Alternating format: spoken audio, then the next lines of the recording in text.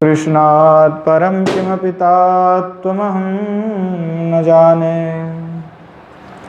राधा करावचितपल्लववल्लरीके राधा पदङ्कविलसन् मधुरास्थलीके। राधा यशमुकुरमत्तखगावलीके राधा विहार विपिने रमतां मनो मे। श्रीमद्भागवतं नौमि यस्यैकस्य प्रसादतः अज्ञतानपि जानाति सर्वगमानपि। वृषारूढममाकन्तं सोममीशं सदाशिवं हरिनामरसन्मत्तं नौमि गोपीश्वरं हरं। श्रीरूपं साग्रजं वन्दे रघुनाथं कृपामयं श्रीजीवं भट्टजुगं च सज्जनसुखदायकम्। येषां सहजस्निग्धानं पादरेणुमभीक्ष्णसा सर्वविघ्नविनाशाय शिरसा धारयाम्यहम्। वृन्दायै तुलसीदेव्यै प्रियायै केशवस्य च कृष्णभक्तिप्रदे देवी सत्यवत्यै नमो नमः। नारायणं नमस्कृत्य नरं चैव नरोत्तमं देवीं सरस्वतीं व्यासं ततो जयमुदीरये। वाञ्छकल्पतरुभ्यश्च कृपा सिन्धुभ्यैव च पतितानां पावनेभ्यो वैष्णवेभ्यो नमो नमः। हरे कृष्ण कृष्ण कृष्ण हरे हरे, हरे राम राम राम हरे हरे। श्रीमन महाप्रभु की जय। श्री जुगल किशोर सरकार की जय। श्री गिरिंद्र बिहारी भगवान की जय।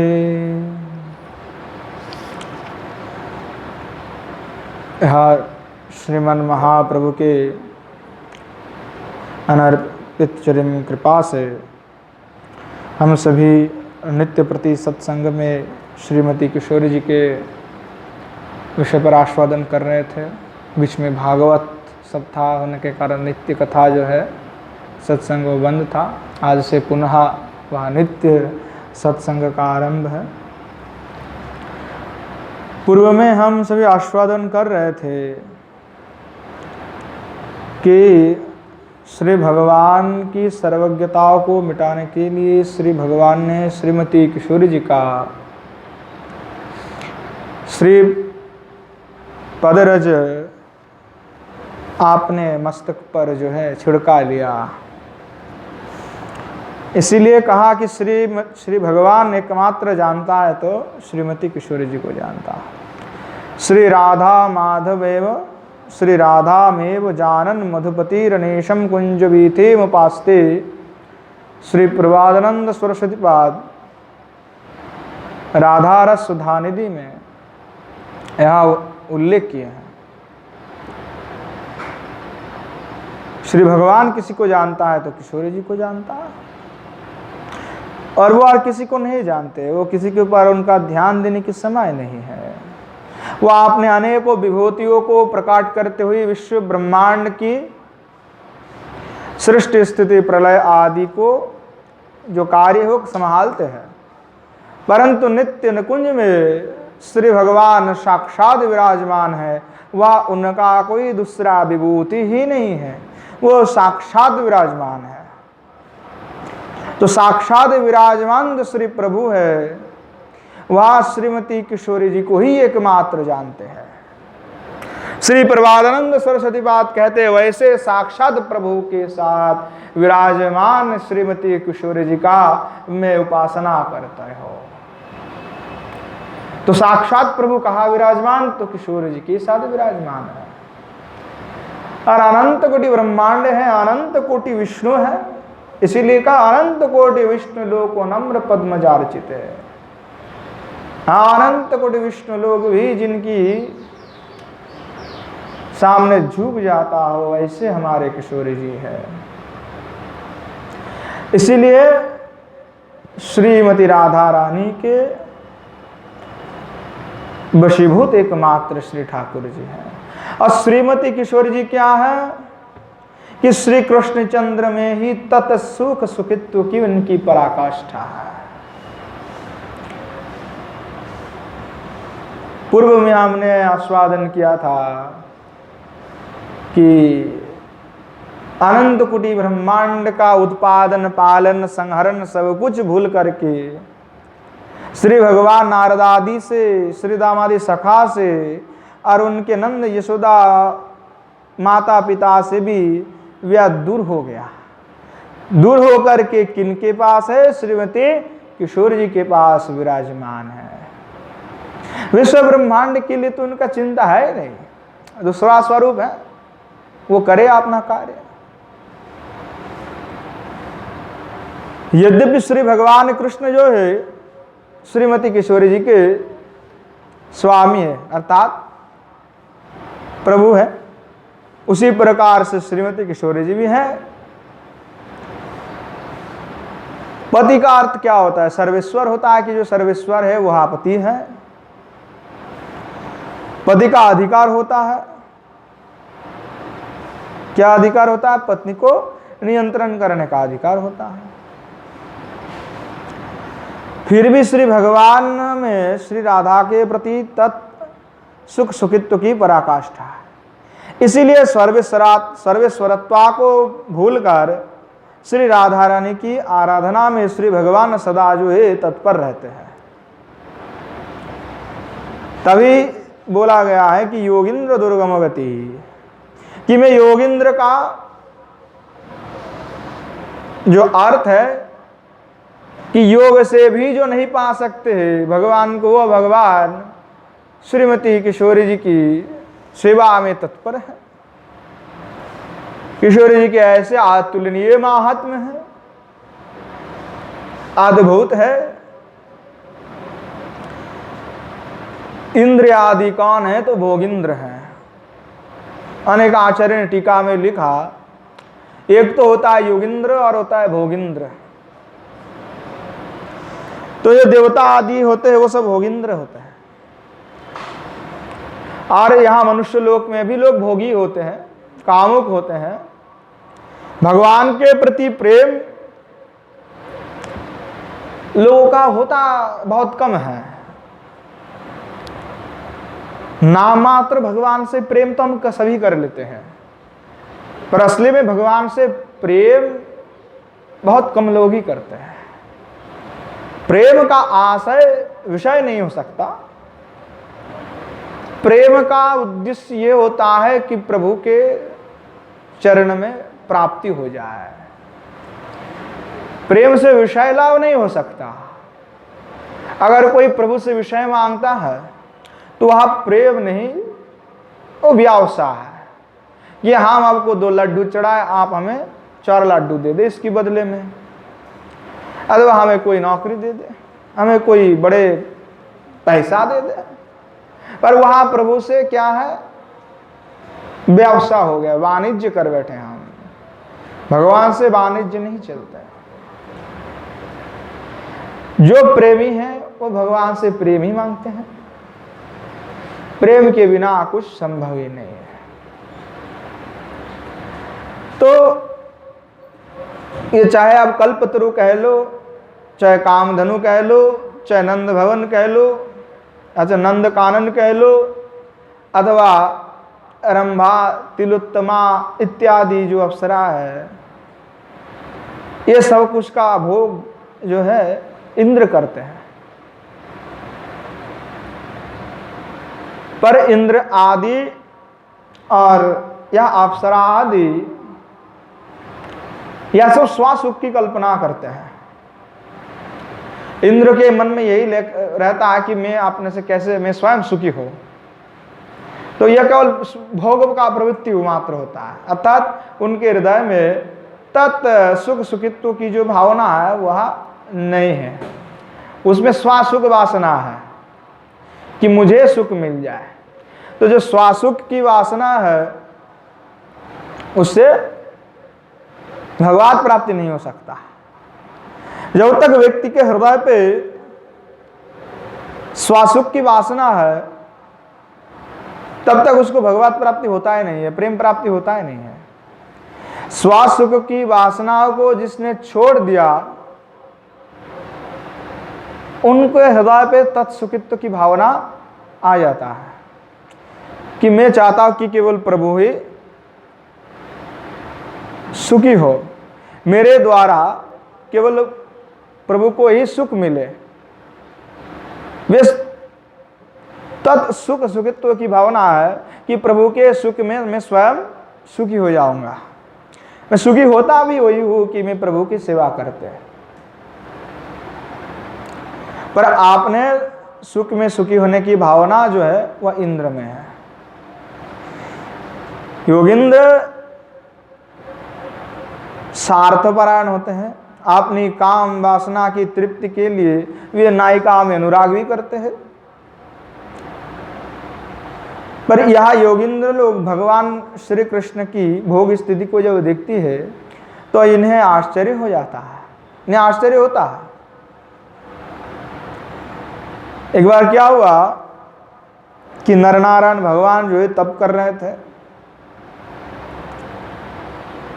तो इंद्र ने कामदेव बसंत आदि के साथ अप्सराओं को उनके आश्रम में जो है भेजा कि नारायण नर नारायण जो तपस्या कर रहे उस तपस्या को भंग करके आओ, जाओ भंग करके आओ। तो ये सब जो है अप्सरा आदि सब मिल करके सब गए कि चलो नर नारायण की तपस्या को भंग करके आते हैं हम। तो श्री भगवान है, श्री भगवान के आश्रम में जब पधारे तो भगवान तो सब पहले से जानते, नारायण भगवान है, स्वयं पहले से जानते थे कि ये मेरा तपस्या को विघ्न करने के लिए ही आया है। भगवान ने किसी के प्रति क्रोधित नहीं हुए, क्योंकि वे क्रोधित होते नहीं हैं, वे प्रेमी हैं। क्रोध होना उनके लिए संभव ही नहीं है। अगर कभी क्रोध होता है तो भक्तों की रक्षा के कार्य क्रोध करते हैं प्रभु, नहीं तो प्रभु क्रोधित नहीं होता है। नारायण के स्वभाव में क्रोध नहीं है। भक्त रक्षार्थ में कभी कभी कर लेते हैं। तो श्री भगवान जो है जान लिया, जानकर भी किसी के ऊपर कोई क्रोध नहीं किया भगवान ने। यह जितने भी काम बसंत अप्सराएं जो थे इन सबको जो है पाद्य आदि से भगवान ने पूजन भी किया। तो वसंत आदि प्रभु के इस व्यवहार को देख करके उनके चक्षु से अश्रु वृंद टपकने लगे कि प्रभु का कैसा व्यवहार है, अति अद्भुत व्यवहार है। हम तो आए थे इनकी तपस्या को नष्ट करने के लिए, पर वे देखो ऐसा हमें आप ही तो पूजन कर रहा है, हमें आप ही तो सम्मान दे रहे हैं। वे रोने लगे, बड़े लज्जित हुए। पर हम लौकिक लोक में देखते हैं कि काम को जो है क्रोध से नष्ट कर दिया जाता है। कोई बड़ा कामी हो, उसे क्रोध आ जाए तो काम का प्रभाव नष्ट हो जाता है। क्रोध से काम का नाश करने का तात्पर्य यह है जैसे किसी की हृदय पे बड़े ही उद्विग्न है और काम भाव बहुत अधिक हुआ, पर जैसे व्यक्ति का हृदय पे क्रोध उत्पन्न होगा तो काम भाव चले जाएगा और वो उसमें क्रोध पूर्ण आ जाएगा। तो क्रोध से काम का नाश हुआ। परंतु इस तरह रोष की दृष्टि से काम को लोग जला तो डालते हैं, लेकिन वे उस रोष को दूर नहीं कर पाते।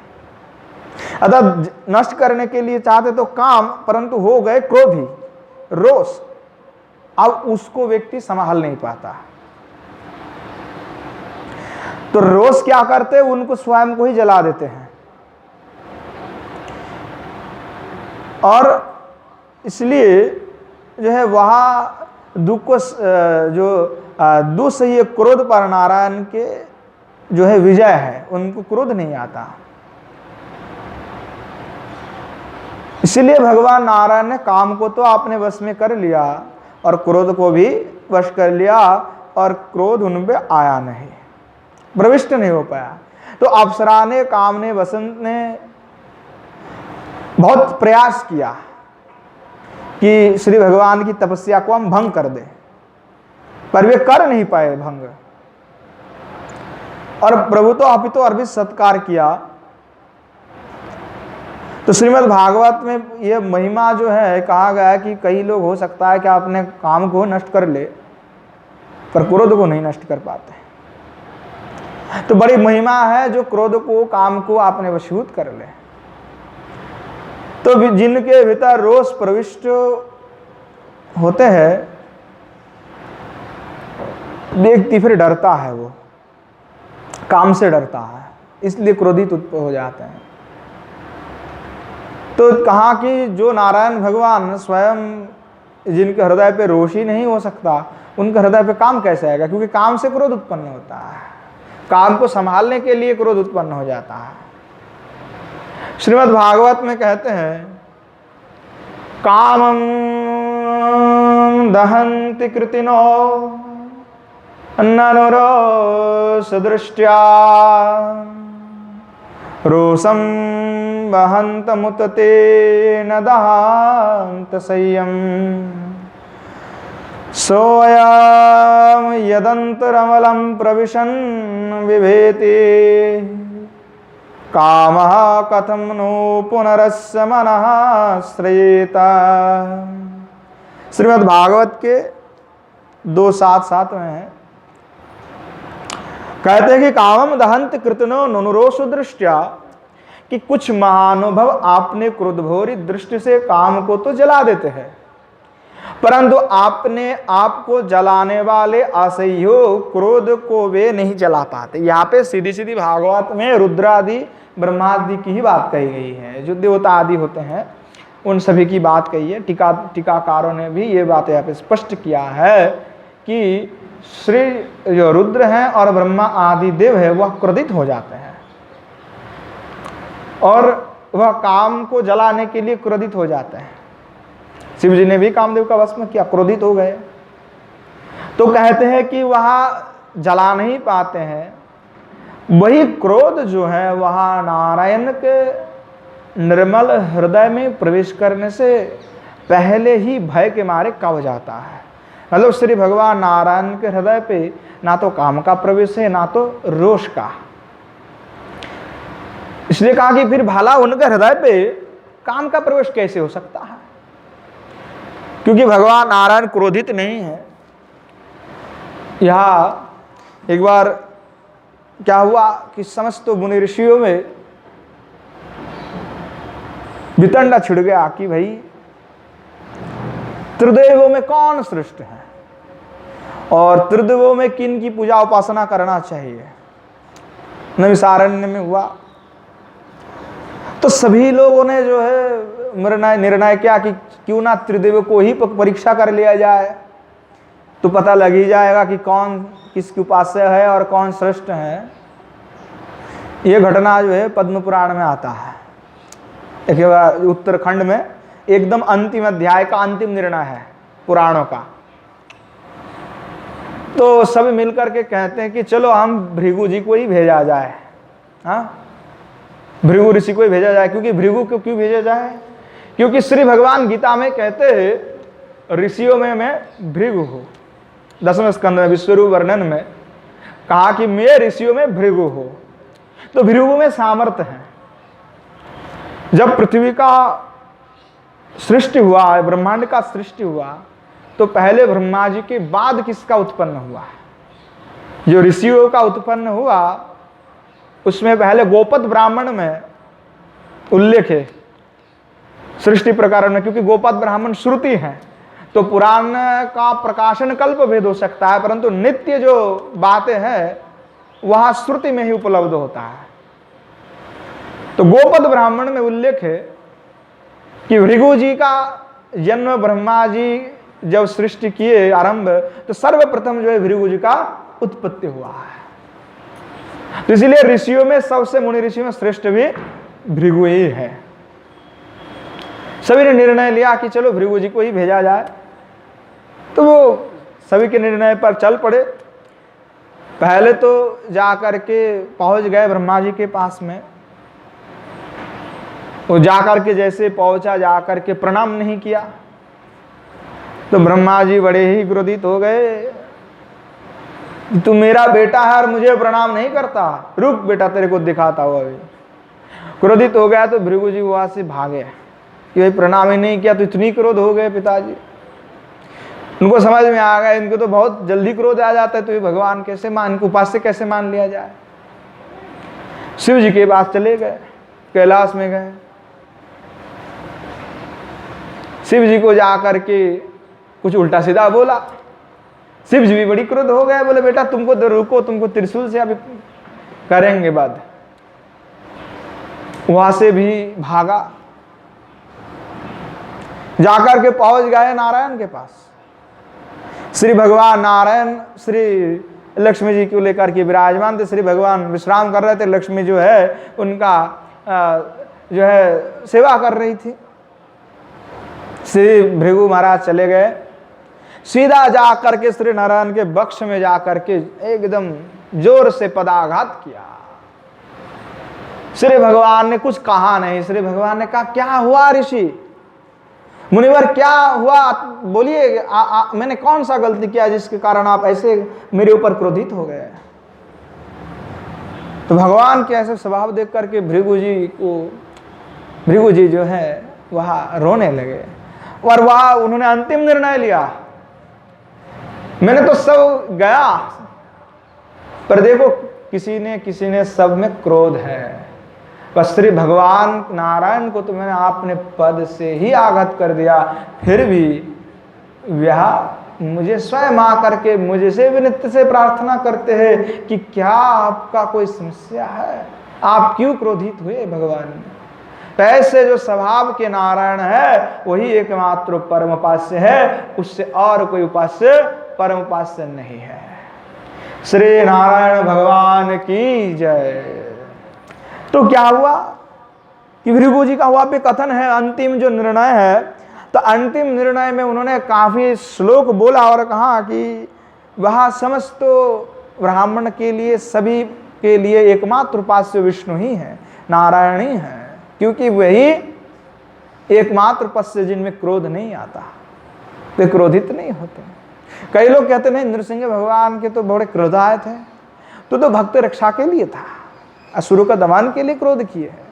प्रभु तो शांत है, वो भी शांत हो गए, जब प्रहलाद जी आए तो शांत हो गए एकदम। तो कहा कि यहाँ काम को नष्ट करने के लिए व्यक्ति क्रोधित हो जाता है और क्रोध से काम को जला देते हैं, पर स्वयं का वो क्रोध का क्या करे, जो रोष उन पर उत्पन्न हुआ और हृदय को स्वयं ही जला रहा है। तो यहाँ इसीलिए भागवत में और भी कहा कि सूत्रेट त्रिकाल गुणमा ऋतजन्य शस्न्या नस्मान पार जलधी नतितीर केचे क्रोधस्य यान्ति विपलस्य संपदे गो मज्जन्ति दुश्चरत पाश्च वृणोत्सृजन्ति। कहा कि बहुत लोग ऐसे हैं जो भूख प्यास को, सर्दी गर्मी को, आधी पानी के कष्ट को तथा रसनांद्रिय के, जननेंद्रिय के वेगों को, ये सब वेगों को जो है जय कर लेता है। ये सब अपर समुद्र समान है, ये सब कुछ जय कर लेता है, पार कर लेता है, फिर भी उस व्यक्ति को क्रोध का वशीभूत व्यक्ति नहीं हो पाता। हाँ, क्रोध के वश में वह हो जाते हैं, क्रोध को वशीभूत नहीं करते, वे क्रोध के वशीभूत हो जाते हैं। जो गाय के खुर से बने गड्ढे के समान है और जिससे कोई लाभ नहीं है, वह क्या है, तो आत्मनाशक है। ऐसे गाय के खुर से बनने के जो गड्ढे होते हैं उससे कौन सा फायदा है? उससे कोई फायदा है उस गड्ढे से? अगर कोई गो के खुर से कोई गड्ढे बना लिए, एक गड्ढा हो गया, तो उससे कोई फायदा है हम लोगों का? कोई फायदा नहीं, उससे काम भी नहीं होता उससे कोई। तो कहा ऐसे से क्या लाभ है? आपने सब कुछ तो जय भले ही कर लिया, पर क्रोध को आपने वशीभूत नहीं कर पाए। क्रोध आपको ही वशीभूत कर लिया। तो कहते इसीलिए कहा कि व्यक्ति भले ही कठिन से कठिन तब कर लेते हैं, पर व्यक्ति वह स्वयं क्रोध को संभाल नहीं पाते। इसीलिए देखा जाता है साधकों में भी जो बहुत बात किसी से नहीं करता, चुपचाप रहते, शांत रहते हैं, उनकी क्रोध बहुत होता है। क्रोध आ जाता है अचानक, कुछ भी बोलने पर व्यक्ति क्रोधित हो जाता है, क्योंकि वह छिपे छिपे रहता है, अंदर अंदर जो है बढ़ता है क्रोध। इसलिए सर्वप्रथम तो क्रोध ही हमारे लिए बड़ा शत्रु है, काम से भी बड़ा शत्रु जो है क्रोध है।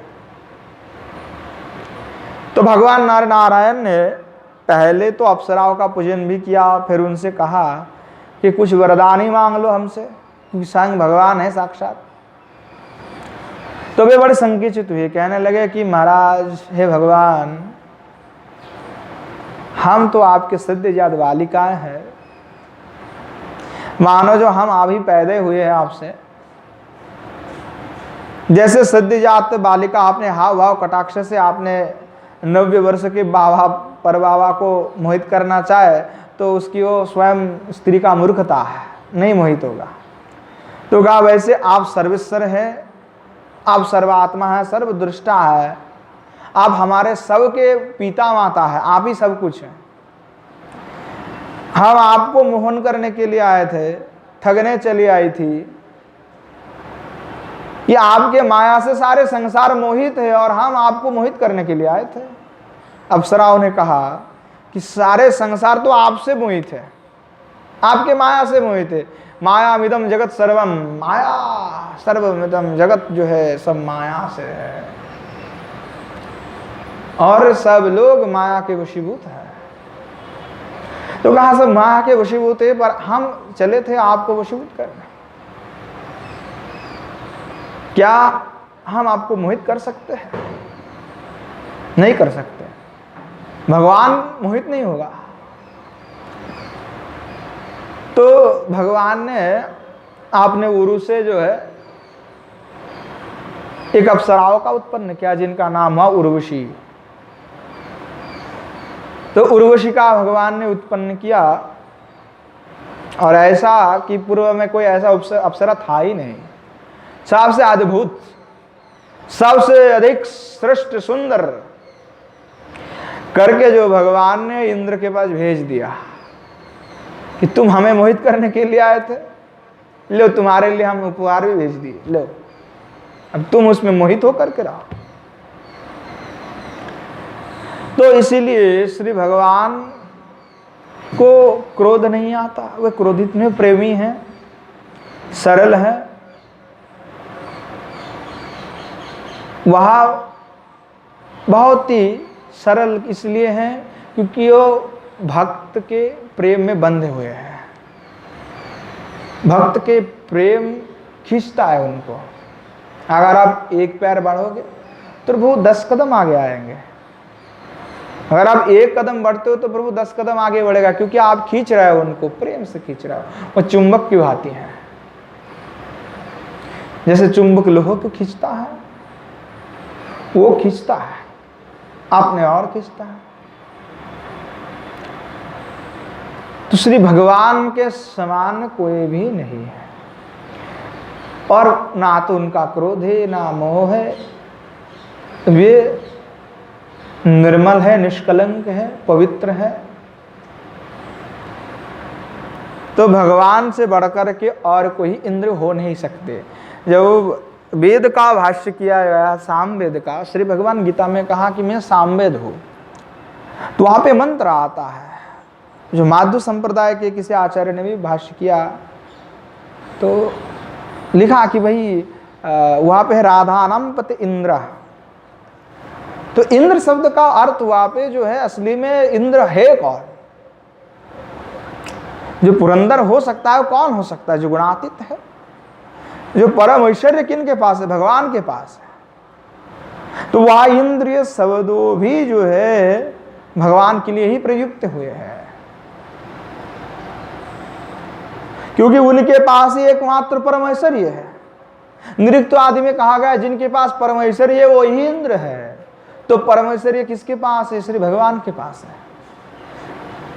कहा इंद्रनोति इंद्रहा, था जिनके पास ऐश्वर्य है। तो सबसे बड़ा अधिक ऐश्वर्य किनके पास है? श्री भगवान के पास है। उनसे बड़ा कोई ऐश्वर्यशाली है क्या? नहीं है। तो वही जो सर्वेश्वर प्रभु है वह श्रीमती राधा रानी में निरंतर वशीभूत है, उनके सेवाओं में तत्पर है। और श्री भगवान जो है श्रीमती किशोरी जी के सुख में ही सुखी हैं, और उसी प्रकार श्रीमती किशोरी जी भी श्री भगवान के सुख में सुखी हैं।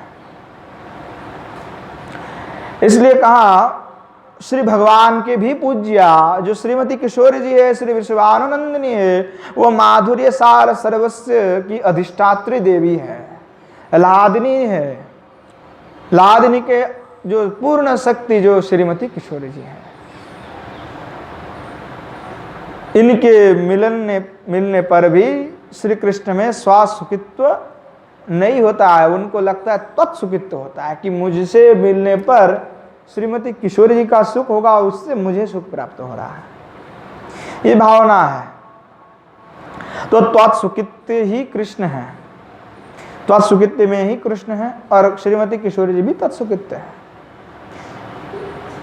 तो श्री भगवान कृष्ण को देख करके जो योगिंद्र है वह भी आश्चर्य हो जाता है कि श्रीमती किशोरी जी के लिए इनके हृदय पे कितने प्रेम है, कि स्वासुख की गंध भी वहाँ नहीं है। इसीलिए जो किशोरी जी की सखिया होना चाहती है, जो मंजरी होने चाहती है, वो स्वासुख की वासना ही त्याग देना चाहिए उनके लिए, क्योंकि श्रीमती किशोरी जी के गण का सबसे बड़ा नियम यही है कि स्वासुख वासनाओं को पहले त्याग दो। अगर आप स्वासुख वासना आपका हृदय पे है, अर्थात सामान्य भोग की भी एक अभिलाषा है, सामान्य स्वार्थपरायण होकर के भी कोई स्वासुखित्व में चक्कर में फंस जाता है, तो उनके लिए श्री किशोरी जी की सखियों के साथ अथवा किशोरी जी के गण में प्रवेश उनका हो नहीं सकता। तो स्वासुख की वासनाओं को जब तक त्याग नहीं हो जाता तब तक किशोरी जी की गण में उनकी दासी बनना संभव ही नहीं है। श्रीमन महाप्रभु के सुख में ही हमारे सुख होना है। अगर हम चाहते हैं कि हम दास गोस्वामियों को, सनातन रूप गोस्वामियों को सुख दे, तब हमें स्वासुख को ही त्याग करना पड़ेगा। तो जावत काल स्वास तावत काल प्रेम अंकुरित नहीं हो सकता। वह सुप्त था, सुप्त है और सुप्त ही रह जाएगा। अगर आपको प्रेम की बीज को अंकुरित करना है तो आपको प्रभु के प्रेम में प्रेमी होकर के स्वासुख की वासनाओं को त्याग करना होगा, स्व आत्मसार्थ को त्यागना होगा, तब जाकर के यहाँ प्रभु से प्रेम हो सकता है। फिर बीज अंकुरित हो जाएगा तो रस भी मिलेगा, प्रेम भी होगा, अनुरुक्ति भी होगा, फिर तो सब कुछ हो जाएगा। इसलिए प्रभु से प्रेम पूर्ण करना है। आध कचेरी प्रेम से कोई लाभ नहीं होगा। व्यक्ति भगवान को प्रेम करते तो है पर पूर्ण रूप से नहीं कर पाते, और जिसके कारण जन्म बंधन की चक्कर में फंस के रह जाते हैं, चाहे वो साधक हो चाहे घर गृहस्थी भी क्यों ना हो। स्वासुख की चिंता हम सभी को बांध के रखते हैं, उससे व्यक्ति उभार नहीं पाता। तो इसलिए कहा कि जिनके हृदय पे प्रभु एक बार बस गया है, उनके हृदय पे तो किसी दूसरे भावनाएं नहीं आ सकता, वह केवल प्रभुमय हो गया। इसलिए कहा कि जिनके हृदय में प्रभु का दिव्य छवि एक बार अंकित हो गया तो वह चिंतन करने पर वह हृदय पे स्फुरित होने लगते हैं। और वह स्फुरन जब तक आपको हृदय में नहीं हो रहा है तब तक समझना चाहिए आप में अभी भी प्रेम का प्रकाश नहीं हुआ, प्रेम आपके हृदय पे टिका नहीं है। अगर टिक जाता तो प्रभु के दिव्य छवि का दर्शन भी होता, तो साक्षात दर्शन से पूर्व में हृदय में ही प्रकाश होता है। श्री भगवान नारद जब उपासना किए तो उनका हृदय पे ही भगवान का पहले प्राकट्य होता है। तो उससे श्री भागवत के आचार्य ने कहा कि जो भी भगवान की उपासना करते हैं पहले प्रभु से साक्षात नहीं मिल पाते, उनकी प्राकट्य पहले हृदय पे आता है। हृदय में जो है श्री भगवान कहाँ रहता है? हृदय पे। तो हृदय से तिष्ठति अर्जुना, जो श्री भगवान ने कहा गीता में, ईश्वर सर्वभूतानाम, जो हृदय से तिष्ठति अर्जुना, कि मैं हृदय देश पे रहता हूं। तो प्रभु तो हृदय पे रहता है, पर उनका अनुभव कैसे होगा? जब आप प्रेम करेंगे तो उनका स्वरूप हृदय पे प्रकाशित होगा।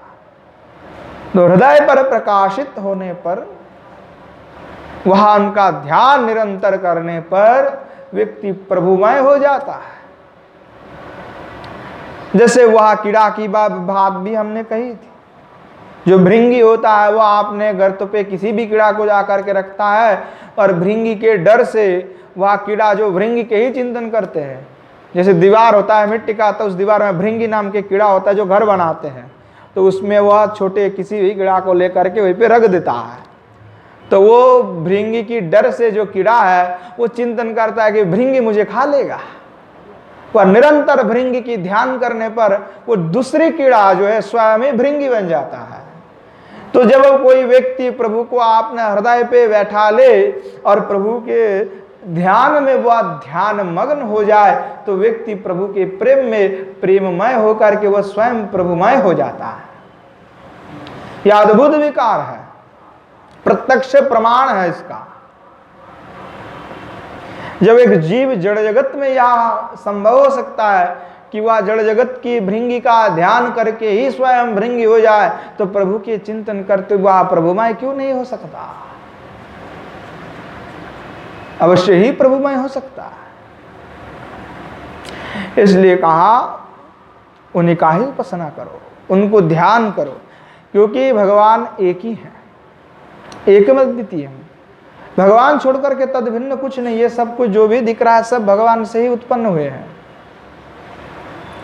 पर हमारे विवेक विद्धि और विचार ने, विभेद ने सब कुछ अलग कर दिया।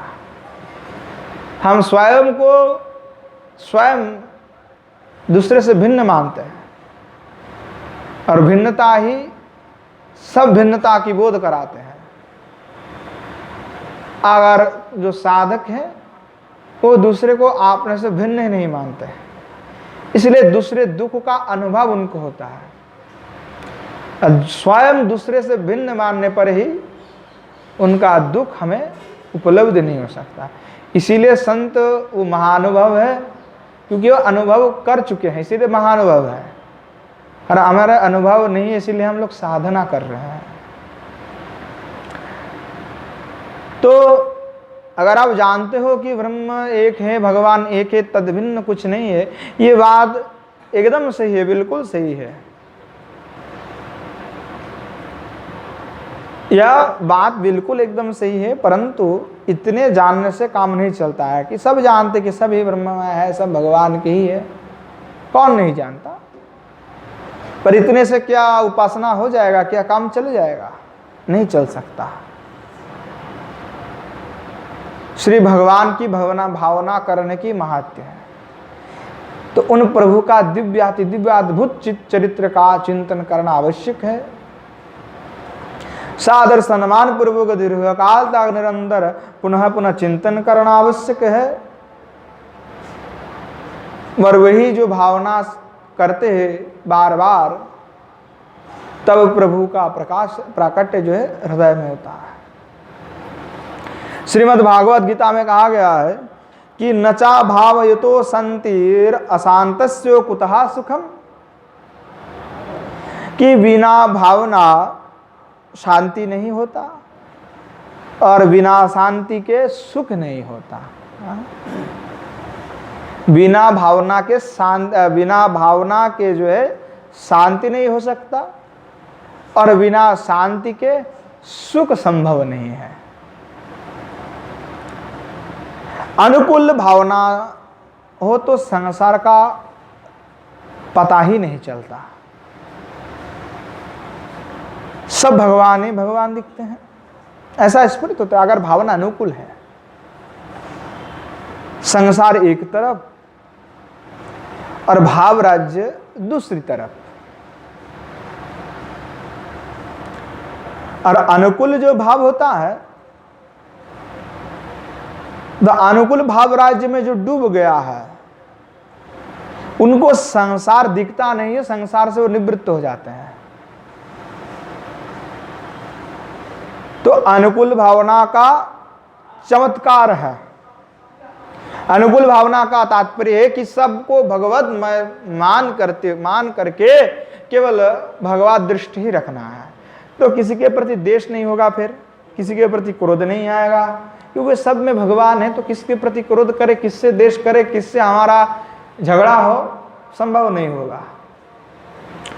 तो भाव राज्य एक तरफ, संसार दूसरी तरफ। अगर भावनाएं प्रतिकूल है, विपरीत है, तो प्रतिकूल भावना से संसार का मिटना असंभव है।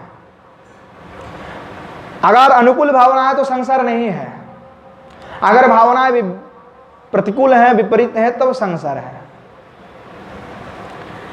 विधुर परिभावित कामिनी साक्षात्कार प्रामाणिक नहीं, मिथ्या है। इसलिए तत्व की भावना का महत्व है, अतत्व की भावना की कोई भी महत्व नहीं है। तो संसार क्या है? माया ही तो है, यहां पे कुछ नहीं रखा हुआ है। संसार आप जो देख रहे वो है नहीं, अब पता नहीं कब तक रहेगा। अगर आज हम हैं, पता नहीं एक क्षण के बाद हमारे भी मृत्यु हो सकते हैं। इसका मैं निर्णय नहीं कर सकता कि मैं मरूंगा नहीं। यहां जा करके कोई और भी कार्य कर सकता है, कोई और कार्य करते करते ध्यान भी हो सकता है। पता नहीं कब किसका निश्वास छूट जाए। तो क्या है? ये अतत्व है, अर्थात अस्तित्वहीन है। एक प्रकार से है, परंतु हम उसको नहीं कह सकते कि कब तक है, इसका कोई आता पता नहीं है। पर भगवान तो पूर्व में था, अभी है और रहेगा अभी, और अनंत है, व्याप्त है, वह आदि है, अंत है और मध्य भी है। तो उनका सब कुछ वही है। उनका ना तो केवल आदि से था, रहेगा अंतिम काल तक। अब अंतिम कब है उसका कोई पता नहीं, और हम कब तक रहेंगे उसका कोई निश्चय नहीं। तो आतत्व है। तो इसलिए कहा संसार की भावना करना व्यर्थ है, क्योंकि जब किसी का अस्तित्व का रहना ही नहीं है तो उसके बारे में सोचना व्यर्थता है कि नहीं, मूर्खता है कि नहीं है, क्योंकि वो रहेगा नहीं है। अगर हमने आज करोड़ों रुपया का मंजिल भी बना लिया तो क्या होगा? कुछ दिन भोग करने के बाद वो सब रह जाएगा, तो साथ में नहीं ले जाना। बस भोग करते गए, भगवान को भूल गए, तो उस भोग में कोई भी आनंद नहीं है, दुख ही मिला है, और भविष्य में भी दुख मिलेगा, परलोक में शांति नहीं मिलने वाला। तो आप संसार की भावना करना ही वृथा है। तो इसीलिए कहा कि केवल आप भगवान की चिंतन करो। तो विधुर परिभावित कामिनी के अर्थ कहा गया, जैसे कोई किसी से प्रेम करते हैं, चाहे वह स्त्री हो या चाहे कोई पुरुष ना हो, तो अगर प्रेमी कहीं दूसरी जगह में उसकी विवाह हो गई अथवा चले गया अथवा मृत्यु हो गया, चाहे वह पुरुष हो या स्त्री, दोनों के पक्ष से हो सकता है, तो वह विराह उनके हृदय पे होता है। तो जो प्राप्ति हो गया उसके लिए विराह हो करके अथवा उसके लिए चिंतन करके कोई फायदा तो होगा नहीं उनको, और संसार में वो करता भी ज्यादा दिन नहीं है, भूल जाते हैं लोग, पर कुछ क्षण के लिए भी तो करता है। तो कहते हैं कि वो विराह विदुर कामिनी का चिंतन करके क्या फायदा है, कि जिसका अस्तित्व है नहीं उससे आप चिंतन भी करोगे तो आएगा नहीं। तो इसी प्रकार से संसार का हालत भी ऐसे है, कब तक है कब तक चले जाएगा उसका कोई भी ठिकाना नहीं। तो इसलिए कहा कि आप केवल श्री प्रभु के ध्यान में निमग्न हो जाओ, प्रभु को ही प्रेम करो। क्या व्यर्थ की बात करना है, इसीलिए महाप्रभु ने कहा कि ग्राम्य कथा ग्राम्य वार्ता ना सुनी बे ना कोई बे, कि ग्राम्य कथा वार्ता सब को छोड़ दो, प्रभु में मन लगा लो, हृदय को लगा लो,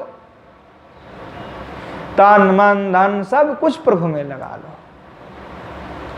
वहां से आपको सुख की प्राप्ति होगा, शांति मिलेगा। पर दूसरी में कोई भी सुख नहीं है, वह आनंद नहीं दे सकता। लौकिक सुख बहुत क्षण भर के लिए होता है, जैसे स्वप्न दिखते हैं और स्वप्न टूटा तो सब खत्म। संसार भी ऐसे ही अनित्य है, स्वप्नवत है। हम स्वप्न देखते हैं, स्वप्न में कुछ बुरा देखते हैं तो हमको डर लगता है, अचानक जग जाते हैं, और अच्छा दिखते हैं तो बहुत आनंद आता है। कितना गजब का स्वप्न देखे थे हम, कितने बड़े बड़े इमारत थे, हम बहुत अच्छे जगह थे, पर वो स्वप्न ही संसार है। इसीलिए कहा कि सब व्यर्थ की चिंतन को छोड़ करके जो तत्व है वह प्रभु है, एकमात्र तत्व है। और वही जो एकमात्र तत्व है, जो अखंड है, शुद्ध है, उन्हीं का ही ध्यान करो। वो कौन है? तो नारायणम परम तत्वम केवलम, श्री नारायण ही परम तत्व है। तो कहा कि जो व्यापक है, अविनाशी है, जो सतत चेतन है, जो सतत आनंद है, वह आनंद घन प्रभु की ही चिंतन किया जाए। तो वह आनंद प्रभु क्या है? जो सच्चिदानंद स्वरूप भगवान है हमारे हृदय में, आपके हृदय पे, सारे जीव जंतुओं के हृदय पे, सबके हृदय पे वे विराजमान रहते हैं। पर देखो कि आश्चर्य की बात, अस प्रभु हृदय अच्युत अभिकारी, सकल जीव जग दिन दुखारी है, कि प्रभु सबके हृदय पे विराजमान है, आपके, हमके, सबके। ऐसा कोई प्राणी नहीं है जिसमें प्रभु नहीं हो। फिर भी क्या है, जगत में सभी जीव दुखी हैं। जो हमारे पास है हम उनसे प्रेम नहीं करते, इसलिए हम दुखी हैं। हाँ, हमारे पास जो है हम उसको देख नहीं पा रहे हैं। तो कहा कि ज्ञानम ज्ञेयम ज्ञानगम्यम हृदि सर्वस्व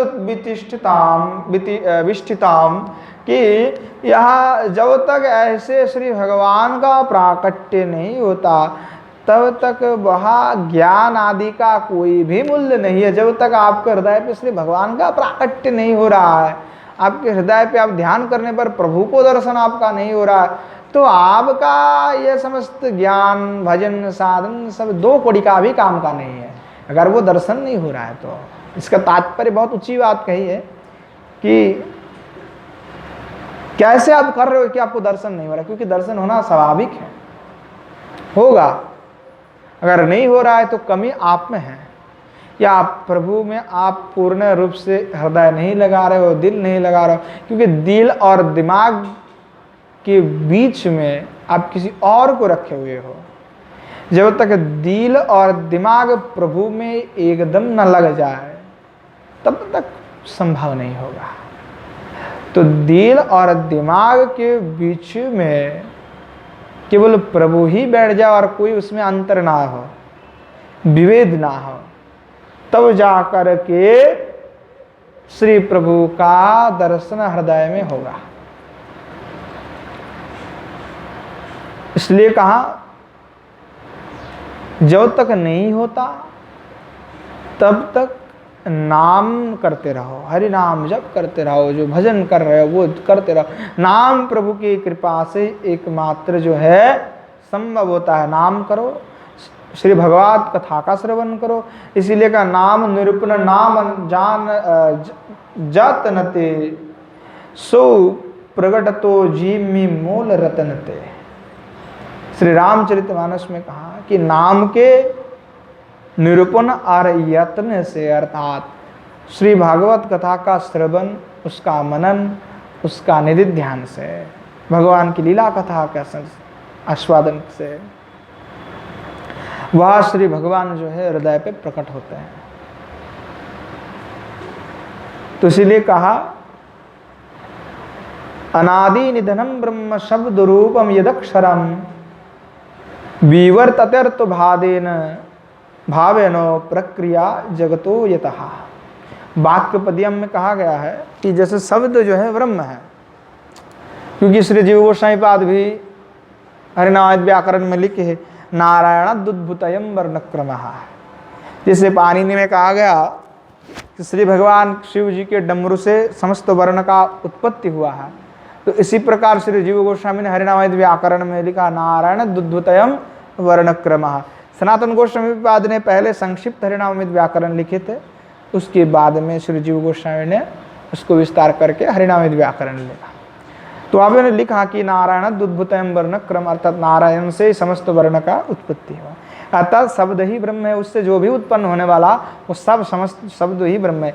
इसीलिए शब्द का बड़ी महात्म, इसीलिए कभी भी ऐसे शब्द अपने मुख से उत्पन्न नहीं करना चाहिए जो अशुद्ध हो, क्योंकि नाद ब्रह्म है, उससे अपराध भी लगता है। अगर हम गाली गलौज देते हैं तो हम शब्दों का दुरुपयोग कर रहे हैं। तो वो शब्द नारायण सम है, एक एक अक्षर क खा गा घा जो भी है सारे ही नारायण सम है। अगर हम कुछ कहते हैं, गालियाँ दे रहे हैं, तो वो अपराध हो जाता है, क्योंकि शब्द नारायण स्वरूप है, ब्रह्म है। तो हमने क्या किया, उसका दुरुपयोग किया, तो उससे भगवान को भी कष्ट होता है कि देखो हमारे इतने सुंदर मधुर जो शब्द मैंने दिया इनको बोलने के लिए, देखो जीव जंतु बात नहीं कर सकते, बड़े दुख है उनको, वो ऐसे मधुर वाक्य नहीं बोल सकते, मधुर कविताएं नहीं लिख सकते, मधुर साहित्य नहीं लिख सकते, अद्भुत प्रभु के प्रेम में डूब नहीं सकते, वह रस का आस्वादन नहीं कर सकते। पर देखो मनुष्य को कितने सौभाग्य, प्रभु ने इतने सुंदर वचन हमको दिया, बोलने के लायक कराया है।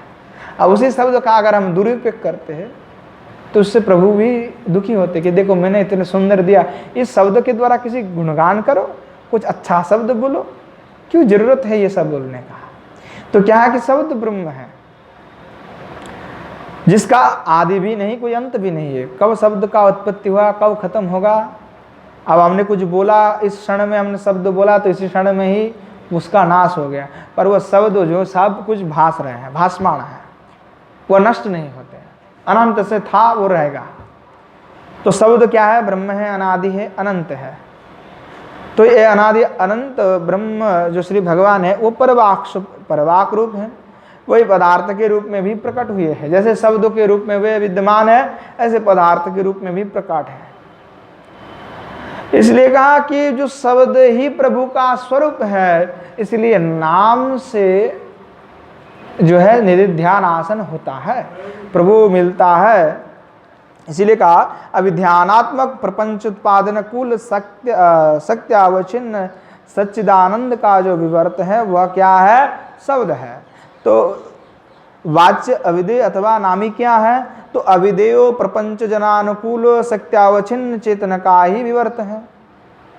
इसी प्रकार एक ही परम ब्रह्म में अभिधान अविधेय रूप में अनंतो तरंगो प्रादुर्भूत हो गई है, किंतु तद अभिन्न तद अभिन्नत्व नियमन आत इस न्याय के अनुसार तरंगाभिन्न समुद्र के साथ तरंगों का अभेद होने के कारण उनका अर्थात तरंगों का आपस में ही अभेद हो जाता है। इसी दृष्टि से श्री भगवान जो है वह नित्य है, तो उनसे ही उत्पन्न हुए जो शब्द है उनके नाम वह नित्य, इसलिए वह उनसे अभेद होने पर नाम करने पर ही श्री प्रभु का ध्यान आदि हृदय पे होगा। वह प्रभु का जो स्वरूप है वह तब हृदय में होता है जब आप हरि नाम आप करोगे, तो नाम के द्वारा, नाम प्रभु की कृपा से वो आपके हृदय पे उसका आभास होने लगेगा। इसीलिए कहा जब तक वो नहीं हो जाता है, श्री विश्वनाथ चक्रवर्ती पाद ने लिखा कि इसीलिए केवल जो है निरंतर आप श्रद्धावृत्ति के साथ हरि नाम करो, श्रद्धावृत्ति के साथ। तो श्रद्धावृत्ति क्या होता है कि बार बार वृत्ति यानी एक वृत्ति होता है, तो वृत्ति क्या होता है, गोल होता है। तो गोल क्या होता है, उसमें कोई बीच में काट छाट नहीं होता है, घूमना जिसको कहते घूमते रहना। तो कहा कि श्रद्धावृत्ति के साथ वह आप बेवल प्रभु का नाम लेते रहो, तो इससे आपको फिर वह होगा, प्रभु का साक्षात्कार संभव है। तो वैदिकों का भी यही मत है कि नाम रूप से अतीत वेदांत विद्ध परम तत्व जो है वह स्वयं जो साक्षात प्रभु है वह साक्षात प्रकट हो जाता है।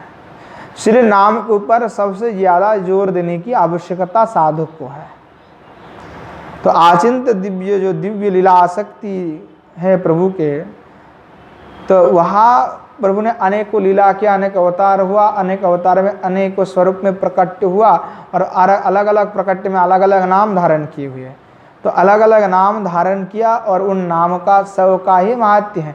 अलग अलग नाम, जैसे हम कहेंगे कूर्म अवतार, तो कूर्म अवतार कहने पर कूर्म स्वरूप भगवान का ही हृदय में जो है प्रकट होता है। अगर हम कहते हैं श्री भगवान कृष्ण, तो कृष्ण का द्विभुज मुरदल का ही हमें रूप दर्शन होगा। अगर हम द्वारिकाधीश कहते हैं तो फिर हमें कृष्ण जो बंसी वादन करने वाले कृष्ण, उसका हमें दर्शन नहीं होने वाला, क्योंकि द्वारिका में तो भगवान बंसी धारण ही नहीं करते। अगर हम मथुरा की बात करेंगे तो भी नहीं होगा, मथुराधीश कहेंगे तो भी संभव नहीं होता है। तो ये जैसे कहेंगे कि ब्रज के कृष्ण, तब हमको होगा कि हाँ ब्रज के कृष्ण हैं, तब तो हमें अवश्य ही होगा। तो द्विभुज मुरलीधर ही मात्र है और तो कुछ है नहीं। तो इसी प्रकार से नाम से प्रभु का चिंतन होता है। जैसे हम कहेंगे कि श्री भगवान राम, तो राम कहने पर क्या होगा, अरे धनुर्धारी श्री भगवान राम का हमारा हृदय में प्राकट्य होगा। तो स्वाभाविक है, नाम से प्रभु का प्राकट्य होना स्वाभाविक। इसलिए नाम के ऊपर अधिक महात्म्य दिया है, क्योंकि यह जो शब्द है वह नित्य है, ब्रह्म से उनका उत्पत्ति है। जैसे कोई परम कारुणिक चिकित्सक किसी कुपथ्य प्रियो अदीर्घदर्शी अवध शिशु को उसकी अविष्ट कुपथ्य रूप में दिव्य मोह औषधि प्रदान करते हैं, वैसे मनहार शब्द स्पर्श रूप रस गंधादि विषयों में आसक्त चित्तु प्राणियों के मन को प्रपंचातीत निज स्वरूप में आकर्षित करने के लिए आशब्द स्पर्श आरूप आरस आगंध रूप प्रभु दिव्य शब्द दिव्य स्पर्श दिव्य रूप दिव्य रास दिव्य उन्माद संपन्न रूप में अवतारित होते हैं। जैसे मधुर मनोहर महाऔषधि रूप पक्वान स्वास्थ्य के लिए प्रिय होता है, वैसे ही सरस सुंदर श्री विग्रह अमलात्मा मुनिंद्रों को भी प्रिय होता है। तो भक्त को अविष्ट भिन्न भिन्न सर्व के विशिष्ट सौंदर्य माधुर्य आदि लोकोत्तर गुण गणों में चित्त के आसक्त होने से अनंत आसक्त होने पर क्या होता है कि जैसे आसक्त होता है तो आसक्त होने के अनंतर वही आदर्श्य आग्राह्य आलक्षण आचिंत्य आव्यपदेश परम तत्व संपुष्ट जो है वह साक्षात स्वरूप में प्रकट हो जाता है उनका। जैसे निराकार है भगवान हम जानते हैं, परंतु फिर भी वह स्वरूप प्रकट हो जाता है नाम के द्वारा। जैसे हमने नाम लिया तो उनका स्वरूप आ जाता है, क्योंकि जो निराकार है उसको हम कैसे व्यक्त कर सकते हैं। निराकार को निराकार कहने के लिए भी निराकार का शब्द प्रयोग करना पड़ता है। अर्थात श्री भाष्य में श्री रामानुचार्य कहते हैं कि किसी भी निराकार का कुछ निराकार अगर हम सिद्ध करने जाएंगे तो संभव ही नहीं है, क्योंकि निराकार को बोलने के लिए भी हमें वह निराकार शब्द रूप का प्रकाश करना ही पड़ता है। अगर हम कहते निराकार, तो निराकार कहने पर हमारे हृदय पे अथवा हमारे आंख में एक छवि बनता है कि नहीं, कि निराकार शब्द ऐसे है। लिखने के लिए भी निराकार लिखेंगे तो भी निराकार लिखेंगे, तो वो शब्द रूप में भी विराजमान है, तो निराकार कैसे हो सकता है। तो कहा कि ऐसा कोई भी वस्तु नहीं है, ऐसा कुछ भी नहीं जो हम निराकार कह सकते हैं, क्योंकि निराकार मतलब क्या होता है, जिसका कोई आकार नहीं है, और उसको कहने के लिए भी हम निराकार शब्द का प्रयोग करते हैं। तो निराकार का अस्तित्व कहा है, क्योंकि प्रभु तो साक्षात साकार है। अनेकों युक्ति देकर के उन्होंने प्रतिपादन किया कि प्रभु एकमात्र साकार ही है, साकार रूप में ही विद्यमान है। इसीलिए साकार रूप में विद्यमान जो प्रभु के नाम है, उस नाम की बड़ी महिमा है। नाम की आस्वादन करने पर जो है वह स्वयं प्रभु जो है पूर्ण तत्व वो हमारे सामने व्यक्त हो जाते हैं। इसीलिए वह प्रभु के चिंतन में डूब जाने का एकमात्र तरीका क्या है कि आप नाम लो, तो नाम के श्रद्धा वृत्ति के साथ आपके चित्त वृत्ति जब जोड़ जाएगा प्रभु के साथ, तब आपके चित्त में जो हृदय आकाश में वह प्रभु का छवि अपने आप साक्षात्कार होने लग जाएंगे। तो इसलिए कहा गया कि श्रद्धा वृत्ति की बात है। तो नाम अनंतर साधकों करना है कि निरंतर में नाम में लगे रहो। अगर कोई श्रीमती किशोरी जी की दास से स्वीकार कर लेती है और स्वीकार करने पर वो चाहते हैं कि मुझे श्रीमती किशोरी जी की गण पे मुझे भी सौभाग्य मिल जाए कि मैं उनके गण में प्रवेश हो जाऊँ और मुझे भी मौका मिले भजन की, तो उनको केवल श्री राधा राधा का जो श्रीमती किशोरी जी के नाम का जप भी करना आवश्यक पड़ता है। वहाँ जो गुरुदेव के प्रदत्त जो मंत्र है उसी का जप करना आवश्यक पड़ता है। और हरे कृष्ण महामंत्र का अर्थ ही राधा कृष्ण है। बाकी इसीलिए कोई राधा कृष्ण अलग से बोलने के लिए महाप्रभु ने भी नहीं कहा, क्योंकि श्री गोस्वामी पाद ने हरे कृष्ण महामंत्र नाम की जो व्याख्यान किए हैं, कभी समय होगा तो मैं उसका व्याख्यान कर दूंगा कि राधा कृष्ण ही एकमात्र पदवाच्य है, उस नाम का कोई और अर्थ नहीं है। तो कहा इसीलिए कि जब श्री प्रभु का अर्थ ही प्रभु हैं, हरि नाम का अर्थ श्री भगवान है, तो और हरे कृष्ण महामंत्र का ही एक रूप से करने पर सब हो जाता है। इसलिए नाम प्रभु का जप करना आवश्यक है। और अलग अलग लोगों का अलग अलग निष्ठा रहता है। तो निष्ठा जैसे कोई राधा राधा जप करने के लिए जिसको बड़े उनको अच्छा लगता है, किसी को कृष्ण जप करने का केवल इच्छा होता है, किसी को श्री भगवान राम के नाम की जप करने की इच्छा है। तो अलग अलग लोगों का अलग अलग इच्छा है। तो अलग अलग नाम करने पर भी वो सब प्रभु के ही नाम है। तो जब करते रहना चाहिए, नाम से आपको बड़े कृपा मिलता है। इसीलिए नाम का अधिक महत्व है, तो क्योंकि जब तक प्रभु साक्षात्कार नहीं होता तब तक वो तो नाम रूप में ही हमारे पास विद्यमान है। इसीलिए निरंतर श्रद्धा वृत्ति के साथ उसका जप करना चाहिए। तो जब राधा दास की बातें हैं तो यहाँ नाम के द्वारा ही श्रीमती किशोरी जी की चरण वृंद मिल जाएगा।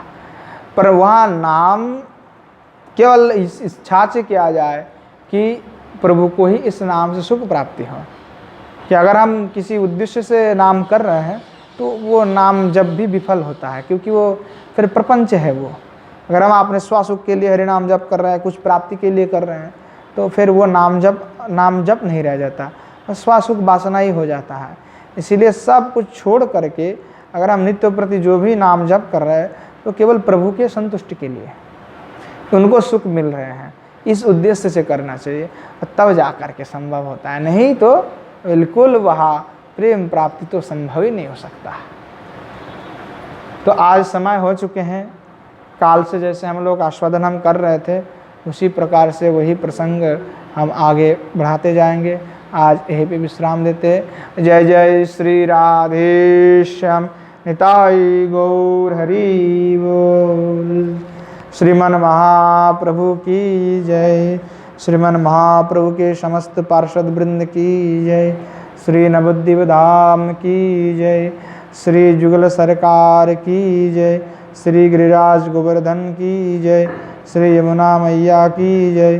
श्री गिरिंद्र बिहारी भगवान की जय। श्री